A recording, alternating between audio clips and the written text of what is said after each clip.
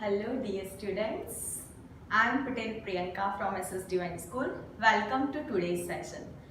Previous lecture में हमने pre fertilisation के बारे में डियर स्टूडेंट पढ़ लिया था.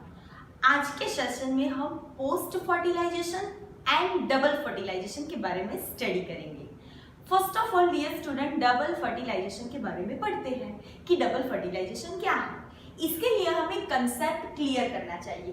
डियर स्टूडेंट्स, आप लोग ये डबल फर्टिलाइजेशन 10th स्टैंडर्ड में पढ़ चुके हो, बट उसका बेसिक पढ़ा था. आज हम 12th क्लास में उसका थोड़ा डिटेल पढ़ेंगे.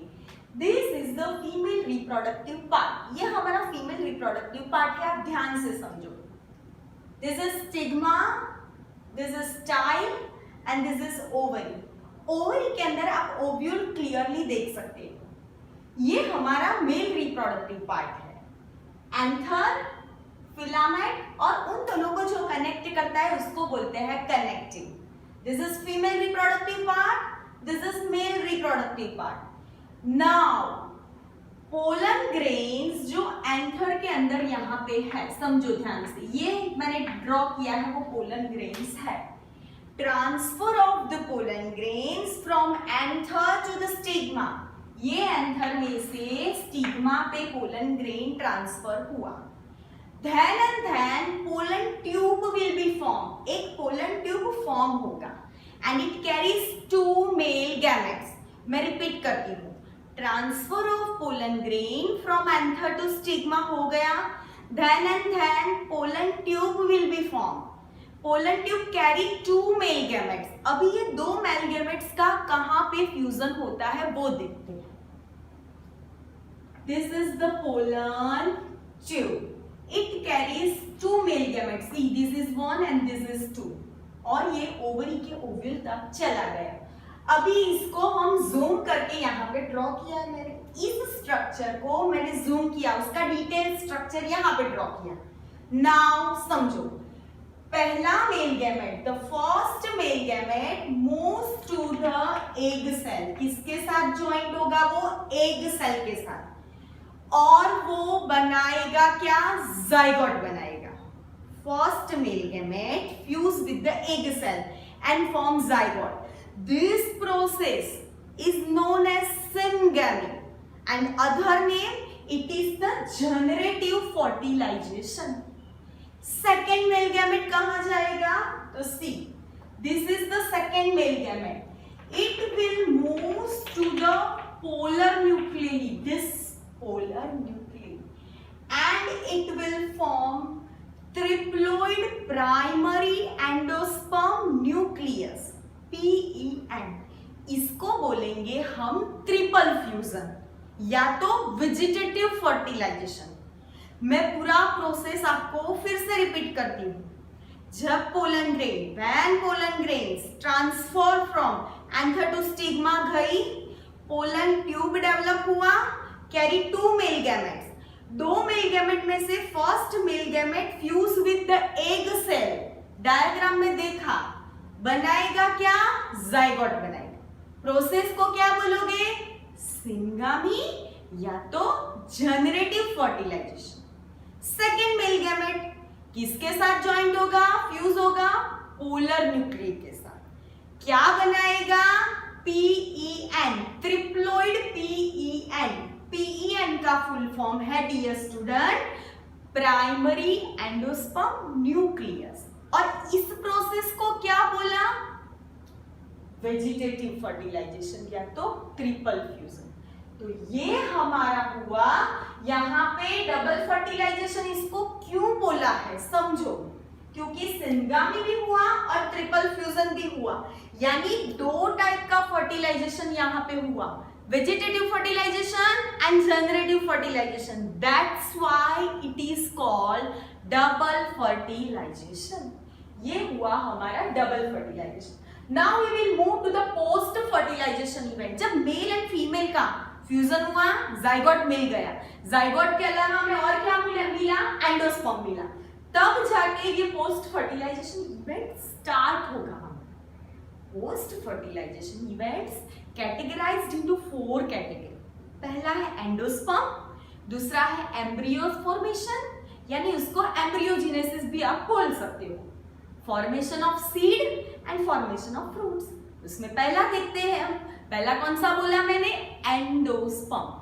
हम उसके कैरेक्टर्स देखते हैं कि एंडोस्पर्म है क्या। Endosperm it is a nutritive medium और न्यूट्रिटिव टिश्यू, कि वो जो डेवलपिंग एम्ब्रियो है उसको प्रोटेक्ट करता है, उसको न्यूट्रिशन नॉरिशमेंट प्रोवाइड करता है, न्यूट्रिशन देता है। पहले आउटर पे एंडोस्पर्म होगा, समझो डियर स्टूडेंट, ये हमारा एंडोस्पर्म है, इसके अंदर जाइगोट होगा। तो एंडोस्पर्म इस डेवलपिंग एम्ब्रियो को पहला क्या करेगा, प्रोटेक्शन करेगा उसको, और उसको क्या प्रोवाइड करेगा, न्यूट्रिशन प्रोवाइड करेगा, प्रोटेक्शन एंड न्यूट्रिशन प्रोवाइड करेगा। तो हमने जिस तरह से एंडोस्पर्म आया कहां से, तो यहाँ पे मैंने समझाया ना कि दो मेल गैमेट से, मैं फिर से रिपीट करती हूँ, पहला मेल गैमेट एग के साथ ज्वाइंट हुआ, फ्यूज हुआ, दूसरा मेल गैमेट पोलर न्यूक्लियस के साथ हुआ, ये एग के साथ ज्वाइंट हुआ तो हमें क्या मिला था, जाइगोट मिला था। और इसमें PEN प्राइमरी एंडोस्पर्म न्यूक्लियस, इसमें से एंडोस्पर्म मिला। एंडोस्पर्म के 3 टाइप्स है on the basis of modes of development. Endosperm it is divided into 3 parts on the basis of modes of development. पहला है न्यूक्लियर, सेकंड है सेल्यूलर एंड थर्ड है हेलोबियर। Nuclear में एक डायग्राम ड्रॉ करके मैं आपको समझाती हूँ। फर्स्ट ऑफ ऑल उसके अंदर इस तरह से न्यूक्लियर डिवीजन होगा, न्यूक्लियस डिवाइड होगा, इसको बोलते हैं न्यूक्लियर। सेल्यूलर सेकेंड स्टेज पे उसका सेल वॉल फॉर्मेशन होगा, क्या होगा, cell wall formation on the periphery side, it is called cellular. और लास्ट में when the cell wall formation जब खत्म हो गया, उसके बाद free nuclei, the word is free nuclei देखने को मिलेंगे, इसके बोलेंगे हेलोबियर। एंडोस्पर्म के 3 टाइप्स। अभी हम देख लेंगे एम्ब्रियो फॉर्मेशन, उसको बोल सकते हैं एम्ब्रियोजेनेसिस। इसके अंदर सबसे पहले जाइगोट जो है वो डिवाइड होगा, ठीक है, डिवाइड होगा 2 पार्ट्स में, अनइक्वल पार्ट होगा, पहला लार्ज होगा तो दूसरा स्मॉल होगा। लार्ज को हम सस्पेंसर बोलेंगे, वो भी वापस डिवाइड होगा 6 to 8 सेल में, सस्पेंसर उसको बोलेंगे। See this is the 6 to 8 cell, उसको मैंने बोल दिया सस्पेंसर। जाइगोट है, पहला उसका ग्लोब्यूलर यानी राउंड शेप में होगा, देन वो डिवाइड होगा तो हार्ट शेप, आप देख सकते हो हार्ट शेप यहाँ पे डायग्राम में क्लियरली दिख रहा है। हार्ट शेप के बाद वो मैच्योर एम्ब्रियो बन जाएगा। इसके अंदर यहाँ पे रेडिकल है, ठीक है, रेडिकल में से रूट डेवलप होता है और ये कॉटिलेडन है। ये बात हुई पूरी एम्ब्रियो फॉर्मेशन के बारे में। थर्ड कैटेगरी है हमारा seed. There are 2 types of seed, endospermic seed and non endospermic seed. पहला हम देखते हैं नॉन एंडोस्पर्मिक सीड, यानी जब डेवलपिंग एम्ब्रियो होता है वो फूड रिजर्व होता है उसके अंदर। एंडोस्पर्म के अंदर क्या होता है, फूड होता है। तो डेवलपिंग एम्ब्रियो पूरा फूड अगर यूज कर लेता है और एंडोस्पर्म के अंदर फूड बचता ही नहीं है, अगर कोई पार्ट नहीं बचता है तो नॉन एंडोस्पर्मिक। उसके एग्जाम्पल में आएगा ग्राम है, बीन्स है, टी है, वो सब इसके एग्जाम्पल्स है। और एंडोस्पर्मिक मीन्स थोड़ा बहुत पार्ट बच जाता है जब डेवलपिंग एम्ब्रियो एंडोस्पर्म का फूड रिजर्व यूज करता है, when it is used some parts left, it is known as endospermic seed। इसका एग्जांपल मेज है। और लास्ट टॉपिक है हमारा फॉर्मेशन ऑफ फ्रूट। 3 टाइप्स के फ्रूट होते हैं dear student, true fruit, false fruit and parthenocarpic fruit. अब ये ध्यान से समझना, हमेशा ये जो ओवरी होती है, ये ओवरी है, समझो ये ovary, when ovary will mature and converted into fruit में कन्वर्ट होगा। और ओव्यूल, ये येलो कलर का जो है, ovule mature and converted into seed, ये आपको याद रखना है। ओवरी में से फ्रूट बनेगा तो वो कहलाएगा ट्रू फ्रूट। उसका एग्जांपल है मैंगो, ठीक है। तो आप पूछोगे ma'am false fruit means other than ovary, यानी थैलेमस हो सकता है, सेपल्स हो सकता है, कोई भी और पार्ट। एग्जांपल आएगा एप्पल है, स्ट्रॉबेरी है, कैश्यू नट है, वो सारे फॉल्स फ्रूट है, यानी ओवरी के अलावा किसी पार्ट से वो डेवलप होते हैं अदर देन ओवरी।